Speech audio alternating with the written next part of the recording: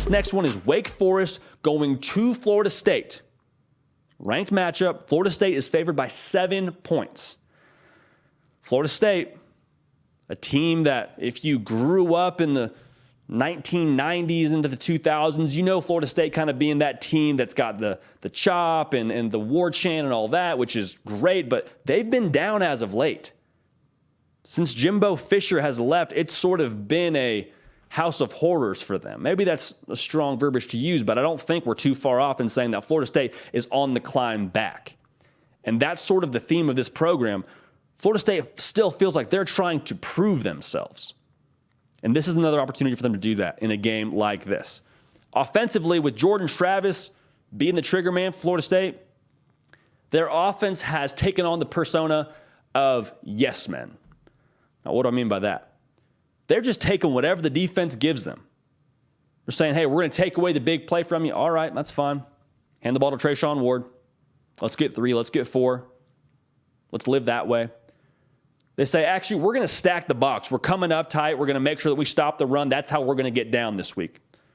Jordan Travis and company say, okay, that's fine too. We're good with that. 4 different receivers have led this team in receiving the last 4 games. Doesn't matter. Whoever it is going to step up. Johnny Wilson had himself day and a half the other Friday night. I mean, he's 8'9". He could be a problem in this game because Wake Forest showed last week they have issues guarding big body receivers. Just ask Clemson. They had themselves a field day. Got DJ Uyunglele a whole lot of national attention because of what they did with those lengthy guys. I think Johnny Wilson's the guy to watch in this game. Now, defensively, here's my question for Florida State. Because as many troubles as Wake Forest has on the defensive side of the ball, we'll talk about that in a minute, they're really good offensively. Sam Hartman, one of the best arms in the country. We'll love to see him playing football again. That's phenomenal. Are you able to stay out of playing man coverage? This is sort of a tale of caution from Clemson. Because if you have to play man coverage, that means you're having to commit more to the run game. In theory, right? They run this slow RPO. They're going to just hold it in the running back's belly until he gets maybe even to the line of scrimmage and then pulls it out, throw.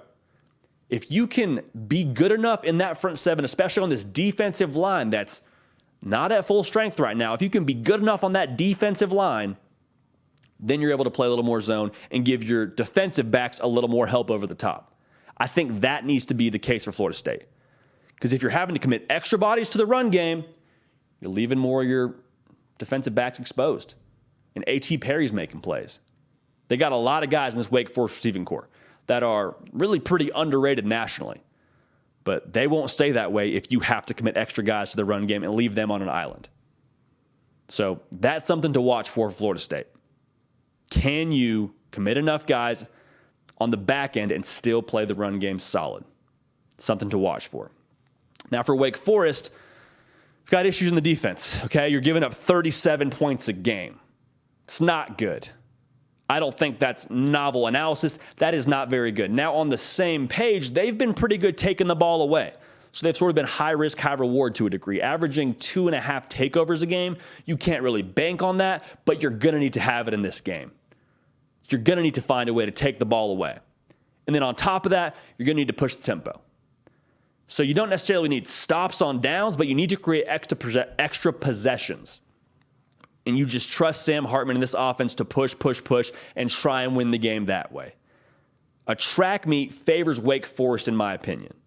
Florida State, likely the game plan is not to let it become that, but for Wake Forest, I think it's got to be, we might need to score 40.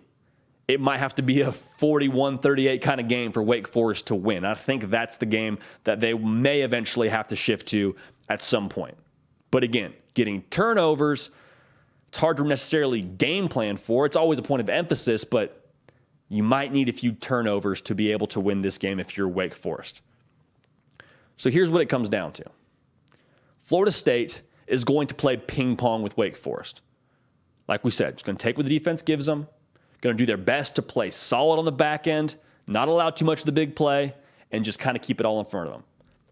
What do we mean when we say ping pong? Just you hit it over as hard as you can. We're not trying to score necessarily when we hit it back. We're just trying to return it. Just return until Wake Forest makes that mistake. If Florida State can dictate the tempo, manipulate the pace of this game, maybe it's 13-0 early in the game. Maybe Florida State's just sort of taking their time running the football. Maybe Jordan Travis off play action hits somebody deep. That's the formula I think Florida State wants to play with. That's the formula I think Florida State will play with. They're solid across the board. And this Florida State team is not similar to the Florida State team that you've known the last 3 to 4 years. This is going to be a game that Florida State wins and makes a statement. This is a Florida State team, doesn't give the game away. When things go left, and they will go left in this football game, as they always do in every game, whether it's a turnover, whether it's a penalty, sometimes momentum swings your way or swings the other way. Whenever momentum doesn't swing their way, they don't break. They stick together, they play together, and I think they ultimately end up winning this game. I think it's still close. I think Wake Forest's ability to score presses the issue. But at the end of the day, Florida State wins this game 31-29. Hey y'all, thanks so much for watching. Subscribe to the channel here to make sure you don't miss an episode of The Hard Count. Also be sure to check out other videos on the On3 YouTube channel.